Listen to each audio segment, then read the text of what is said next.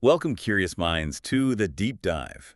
We're your guides, ready to leap through portals of ink, spellcraft, and, well, today it's some seriously wild starships. Definitely starships today. Yeah.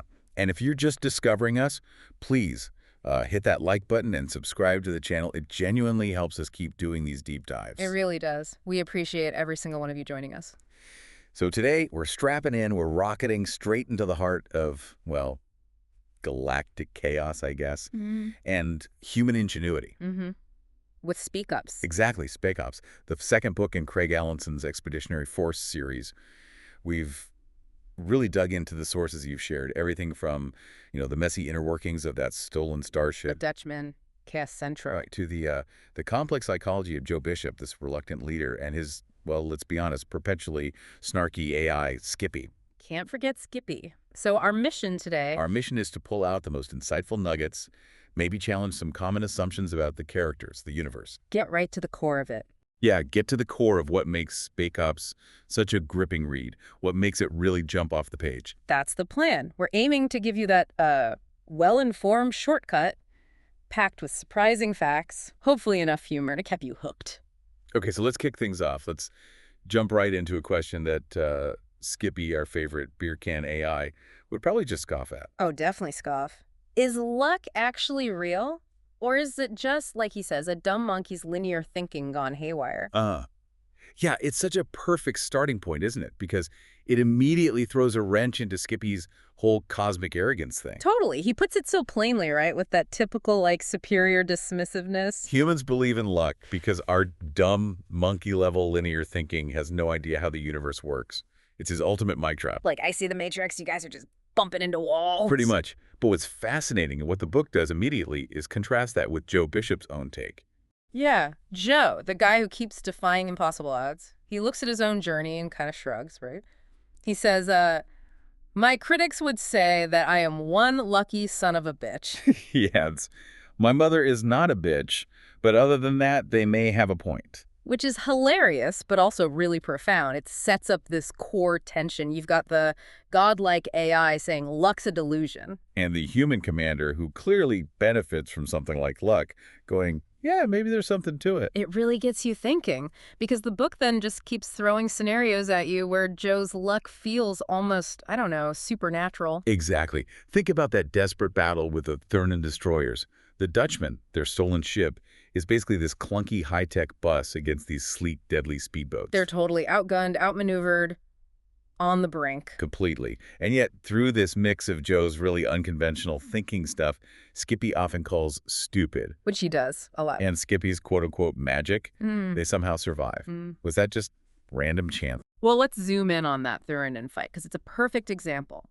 Joe, facing these impossible odds, suggests something completely nuts to Skippy. The gas giant thing. Yeah. Jump the Kristang ships, the ones they stole from the Vernon, right into a gas giant's atmosphere. Skippy, with all his supposed foresight, hadn't even considered it. Joe's idea wasn't based on, complex physics or brilliant tactics. It felt more like pure, almost spiteful. Hold my beer and watch this ingenuity. Exactly. And it works. These powerful destroyers just get swallowed up by poisonous atmosphere. And Skippy is actually surprised. Genuinely surprised. He even admits it to Joe. You surprised me. That was spiteful of you. Effective, though.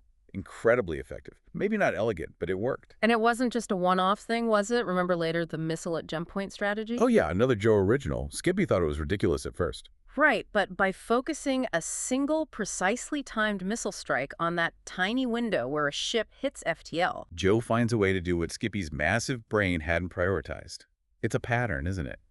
Joe comes up with these seemingly absurd but ultimately devastating solutions. Leveraging the unpredictable, the chaotic elements of combat. Then you get the really extreme example, when they nearly get wiped out in that wormhole jump. Oh, that was intense. And Skippy explains it, almost in awe. He says the universe itself collapsed all the probabilities just to save them. He talks about their bodies being ripped apart at the subatomic level and reassembled many times because the universe doesn't allow causality to be messed with. That's not just advanced physics anymore. That sounds like cosmic intervention, some kind of universal hand stepping in. A force that even Skitty, with all his supposed godlike intelligence, can't fully grasp or account for in his neat logical framework. And that, Right there is where it gets really interesting. What if Joe's luck isn't just random noise Skippy can't compute? What if it's the actual unquantifiable element, the thing Skippy cannot account for? Maybe it's that chaotic human ingenuity, our sheer audacity, maybe even our capacity for spite that makes Joe so valuable, even if he drives Skippy crazy. It's the variable that breaks the perfect algorithm. It's the human Stark that lets them survive the impossible, not despite our monkey-level thinking, but maybe because of its wild unpredictability. It definitely poses a question for you, the listener. Hmm? Is Joe's luck just his unique way of thinking, so different it looks like chance? Or is there something else, something bigger in the universe favoring the bold that even Skippy doesn't get? That tension really drives so much of the series. Okay, let's unpack this more. Let's explore the big themes, the underlying currents flowing through SpecOps. Right. And one of the most compelling, especially for us humans, has got to be identity and adaptation, particularly Joe Bishop's journey. Oh, absolutely. Oh. Joe's path in this book is like a masterclass in identity shifts and that crushing weight of imposter syndrome. He starts as this tough sergeant, a grunt, right? Yeah. Then, boom, he's slapped with the temporary rank of colonel. Leading these elite special forces units, guys from different countries, all hardened veterans, way beyond his pay grade, his training. He keeps calling himself a grunt who got lucky. And even when he pulls off impossible stuff, he still feels like he's faking it. He admits, I still felt like a jerk. It's so relatable, that feeling of faking it till you make it. But imagine that feeling when you're literally in charge of humanity's last hope against, well, the entire galaxy. The pressure must be immense for someone who never asked for it, never trained for it. And it's not just Joe, right? The whole crew is constantly adapting. Alien tech, extreme environments. Learning to fly those repurposed Kristang dropships, which sounds terrifying. Using powered armor in zero-G? Surviving on Newark? Ugh, Newark. Higher gravity, lower oxygen, crazy temperatures, just breathing is a chore. And their adaptation isn't just physical or tech stuff, it's mental, emotional, they're pushed constantly. Remember the training in vacuum and zero-G? Skippy had to keep taking control of their suits because they were basically going to hurt themselves. Shows how alien it all was, even for elite soldiers. They had to rewire their instincts just to operate in 3 dimensions. Plus the cultural adaptation, this multinational crew trying to work together under the weirdest commander ever. Which leads us straight into the next theme. Leadership in chaos. Joe's style is, well, it's not conventional. Not even close. He doesn't follow the textbook. He's adapting constantly. He's got this balance of real empathy. Like with the science team, not wanting to stir things up even though they're bored stiff, acknowledging their role. Exactly. And then the very controversial decision to bring civilian doctors on that high-risk combat mission, putting human life maybe above pure military thinking. But then he also lays down the law, sets ground rules with Dr. Venkman, doesn't tolerate insubordination. He has to. He's walking this tightrope, managing rivalries between these different special forces teams, trying to boost morale with, like, unofficial badges, parties. Even a movie night. In the middle of deep space, facing annihilation. It's kind of brilliant. And what's really fascinating is how he balances trusting Skippy, which he often has to do just to survive, with actively overseeing things, questioning him. Right, he challenges Skippy. He doesn't just roll over when the AI gets dismissive or holds back information, like when he tells Skippy to keep out of the potential mutiny stuff. He knows he needs Skippy for everything, for every tactical edge, even the air they breathe. But he won't just be a puppet. He won't sacrifice his own morals. That constant negotiation makes their partnership so believable, so compelling. And that brings us right to the core dynamic of the whole series, really. This unlikely alliance, human and AI. Joe and Skippy, it's built on this foundation of just constant insults and banter, right? Oh, yeah. Skippy never misses a chance. Dumb monkey, dumb idiot. But then, almost grudgingly, he admits Joe's cleverness, those unique insights. Somehow your tiny monkey brain is able to think of things that my godlike intelligence misses. The ultimate backhanded compliment from a cosmic superbrain. And their relationship, it really does evolve from just begrudging necessity to, well, maybe grudging respect, even a weird kind of friendship. Yeah, Skippy, this AI, who sees us as basically primates, has these moments of, like, actual vulnerability. Remember when he's thinking about leaving Joe? And he says, I never had a friend before. I never thought my first real friend would be a frickin' monkey. It's a huge moment. It shows how much Skippy actually depends on that human connection, on Joe's unpredictable spark. It lights up his logical, probably pretty lonely existence. It really does. It shows that despite all his knowledge, all his processing power, he needs human creativity. He needs those stupid ideas. The gas giant jump, the missile trick. Without Joe's monkey brain ideas, Skippy himself gets stumped sometimes. Joe provides the chaos, the unpredictable input that lets Skippy's genius work in ways he didn't expect. It's a beautiful, if deeply insulting symbiosis. Definitely. And finally, the book really dives into the nature of knowledge itself, reality. Yeah, Skippy's superior physics knowledge versus our ignorant guesses and monkey-level theoretical physics. He just casually explains stuff like wormholes projecting themselves back to the ship, or nanoscale medical tech controlling individual atoms by the picosecond. It's not just technobabble. It paints this picture of a universe working on principles way beyond us.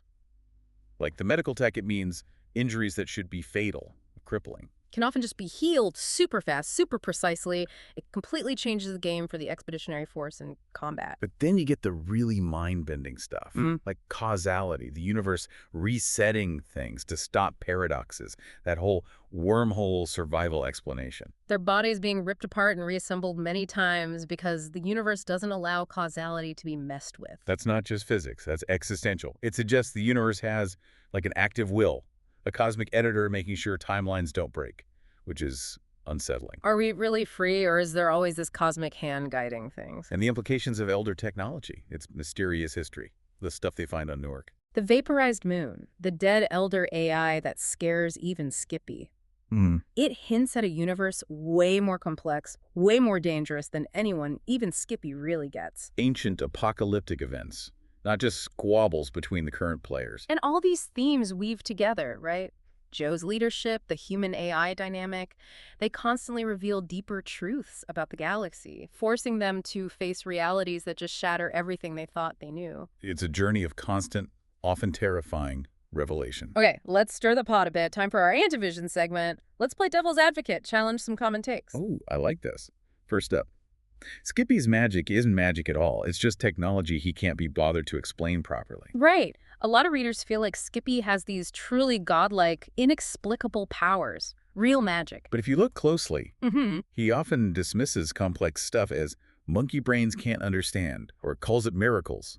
But then, almost right after, he gives just enough scientific detail to suggest it's just insanely advanced tech, operating within physics, just way beyond us. He simplifies, he doesn't conjure. Remember the medical tech? Nanoscale technology. Control nanomachines by the picosecond.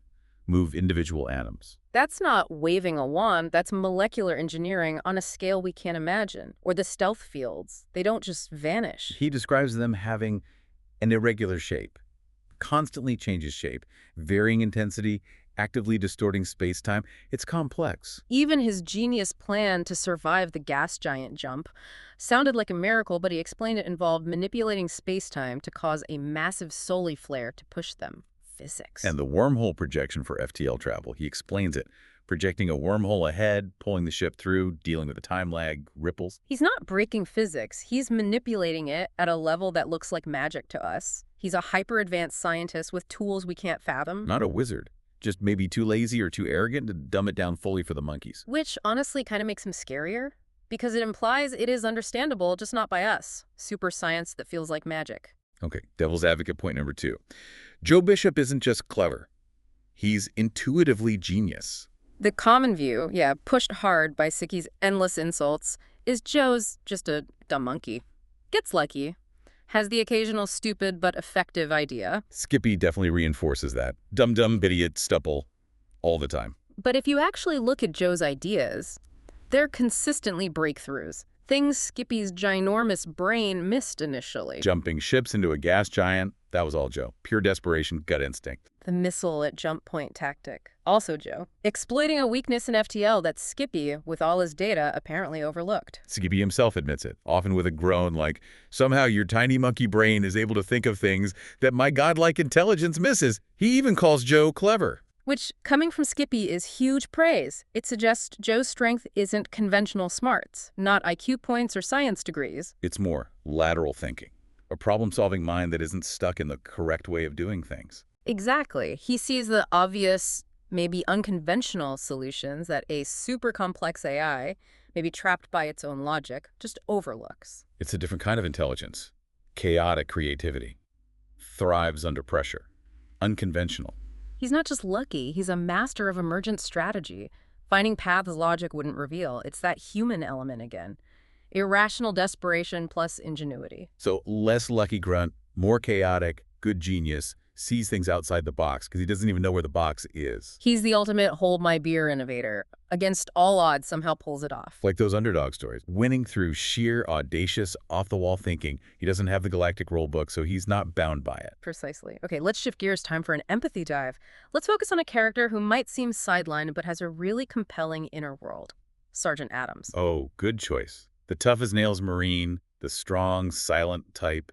But there's so much going on beneath that surface. Absolutely. Her introduction in the first book, Columbus Day, hinted at horrific Kristang torture. Left her with scars, physical and, well, deeper ones, too. And SpecOps shows her healing journey, reclaiming herself, but quietly, powerfully. Skippy, with his magic med tech, took care of her scars on the outside, but that line about Marine Corps doctors being satisfied with her scars on the inside. Yeah, that suggests it's an ongoing recovery. The physical healing is one thing, but the psychological trauma, that's complex. Still part of her. A sign of her resilience, really. It's a crucial difference, isn't it? Physical wounds close, psychological ones linger, often in subtle ways. And her decision, it seems small, but starting to wear nail polish. Letting her hair grow out, but with that defiant lightning bolt shaved in. It's such a subtle but powerful act. Self-expression, identity. Yeah. Moving beyond just pure military stoicism, beyond what the torture tried to do to her. Towards reclaiming herself, her femininity, her individuality in this hostile, mostly male environment on a warship. It's like a tiny rebellion. It speaks volumes about her spirit, her resilience. And then there's her loyalty to Joe. Unwavering. She's core merry band of pirates, sticks by him no matter how crazy the plan. She bumps fists with him, pushes him sometimes, like asking, "You can't give me a hint, Adams," when he's being cagey. And her loyalty isn't loud, it's understated. That dry comment, "Jury's still out on that one, sir, he's doing okay so far." For Adams, that's basically glowing praise. It's earned trust, not blind loyalty. It shows her strength, her discernment. She doesn't suffer fools, but she sees Joe's core. She sees the chaos, but she stands by him. And she gets assigned to get our new Special Forces units squared away. Which highlights her capability, her leadership beyond just combat. She's entrusted with molding the future elite fighters. Huge responsibility. She's not just a tough soldier. She's an invaluable leader, a symbol of strength, a survivor. Her quiet fortitude is like bedrock for Joe and the crew. Totally. If this was her story, it'd be about that constant battle with her past, those quiet moments of reclaiming herself, her observations of Joe's weird leadership. Feeling stuck in a can, but finding purpose, finding this new strange family on the Dutchman. She represents that quiet, enduring human strength against unimaginable odds and trauma. Not flashy, but unbreakable. Okay, moving on. Let's dig into some things maybe most readers miss, even the big fans. Symbolic patterns, archetypes, subtexts. This is what they missed. First up, the true terrifying scope of the Elder Cataclysm. It's way more than just a war. On the surface, you might think, okay, Elders ascended or left. Their tech caused a war between the Maxilix and Rindholu, and the Sentinels police it. Simple enough. But the discoveries on Newark and that vaporized moon, it points to something far older, far more deliberate, and way more terrifying than just interspecies fighting. This changes everything about the galaxy's history. Newark's orbit getting screwed up happened 2.7 million years ago, wiped out a whole civilization, a biosphere. And Skippy confirms, not natural. Then the moon. Completely destroyed, surgically, just to wipe out an Elder site. Skippy's explicit, only Elder tech could do that. It wasn't a battlefield, it was like cosmic cleansing. An execution? And the dead Elder AI on Newark. That's the most chilling part. Skippy, Mr. Arrogant AI God, sees it and says, "What could kill an AI like me? This frightens me." He connects its death to Newark's orbital shift. This wasn't just ancient squabbles between lesser species, it suggests a pattern.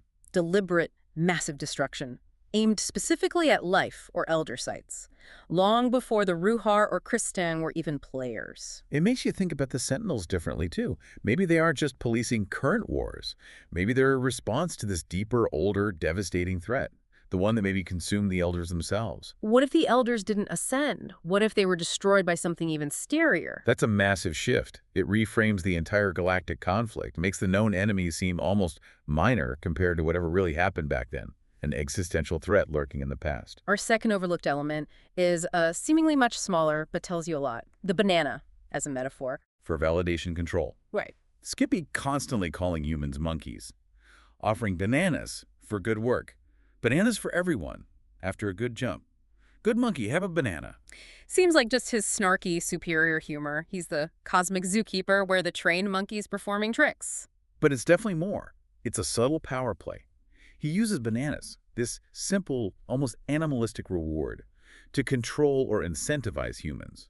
Reinforces his perceived superiority. Treating them like pets, like kids. Dismissing their dignity, their sentience. It's this constant low-key assertion of dominance. I'm the intelligence here, you're the primates. But Joe, even while complaining, often rejects the banana, right? Or redefines its value. He pushes back, asserts human dignity. He demands respect. Even from a godlike AI, he won't just be the monkey to Skippy's god. That constant negotiation of worth of control within their totally interdependent relationship, it's a powerful subtext, shows Joe's stubborn refusal to be diminished, even when his life depends on Skippy. It's a really clever, understated way to show how their complicated, often hilarious relationship evolves. It really is.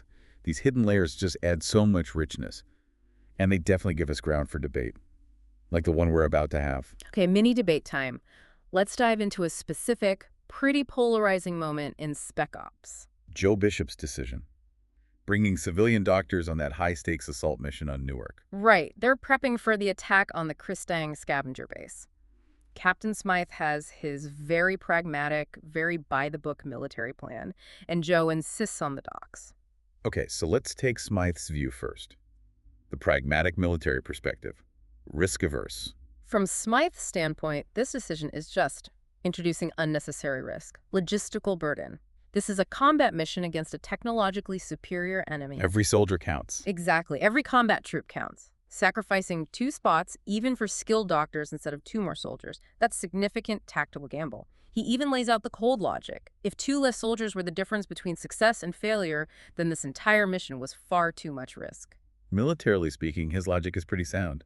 And it's not just about numbers. Smythe knows civilians aren't conditioned for sustained ops. That bone weariness he talks about days on end, they aren't trained for combat, for the psychological pressure, operating under fire on an alien world. Plus, against Kristang, injuries are likely catastrophic anyway. Advanced medical care might seem like a useless waste of resources, when those resources could be 2 more guns on the line. He sees it as endangering the primary mission hitting the Kristang base for what he probably sees as a dubious secondary objective, saving lives in potentially hopeless situations.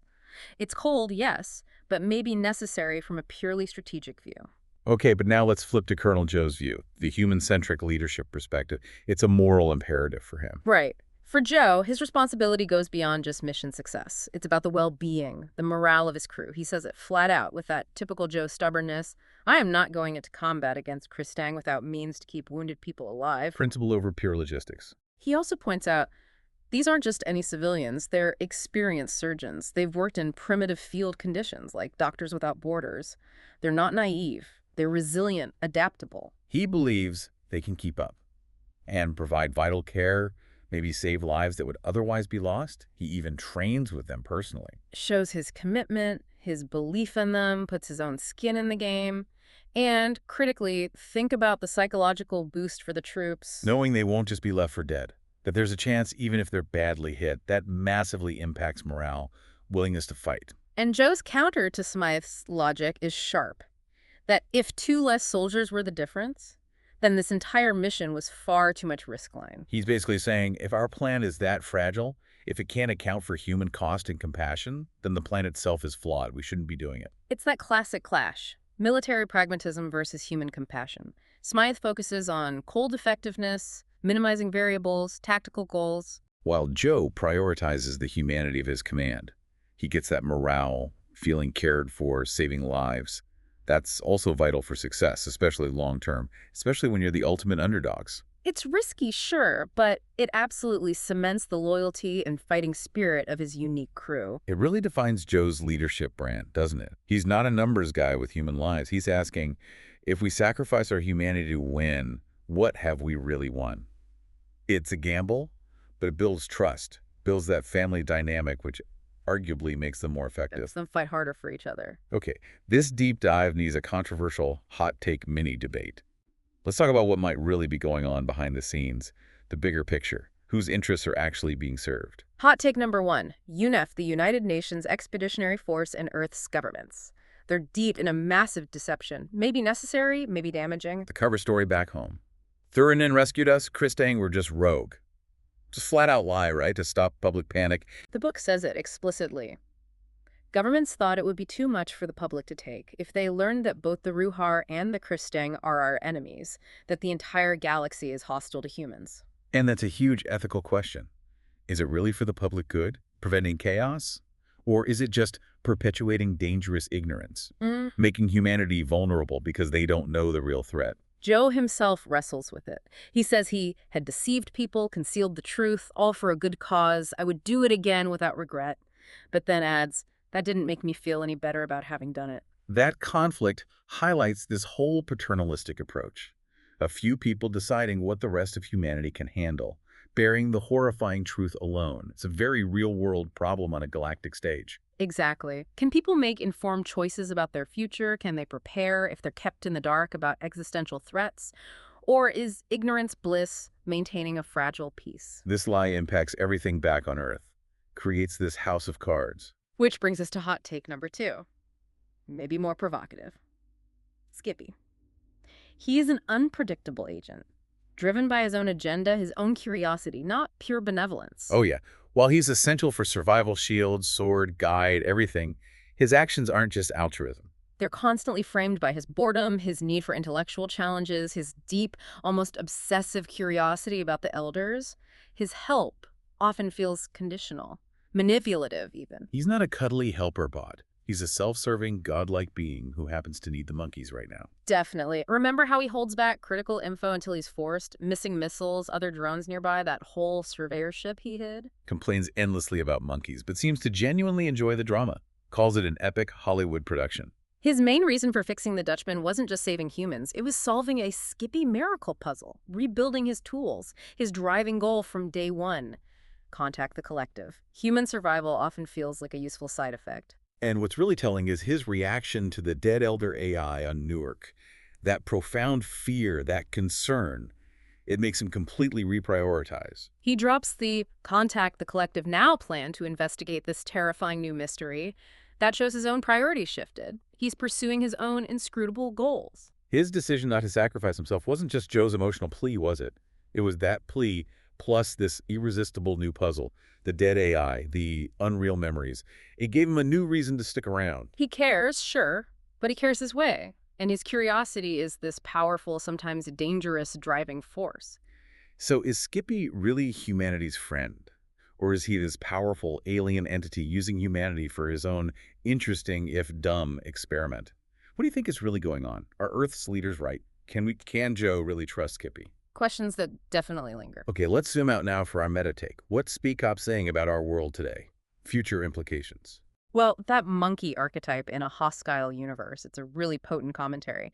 SpecOps feels like this metaphor for humanity's place right now in this complex, tech-advanced, often hostile universe, or even just world. We are the dumb monkeys by galactic standards, lacking the super tech, the inherent powers, always punching above our weight. It's kind of a brutally honest look in the mirror. And it totally connects to anxieties today, right? AI supremacy, tech gaps, existential threats, it all feels very relevant. But the book suggests our unique strengths aren't tech. They're our cleverness, our adaptability, our humor, our emotional depth, the stuff Skippy dismisses or struggles with. In a future where AI might vastly outstrip our intellect, maybe qualities like empathy, loyalty, that unconventional thinking, Joe's stupid ideas become the ultimate survival traits. Allowing us to interact with, maybe even leverage, far superior intelligences. It's not about being smartest or strongest.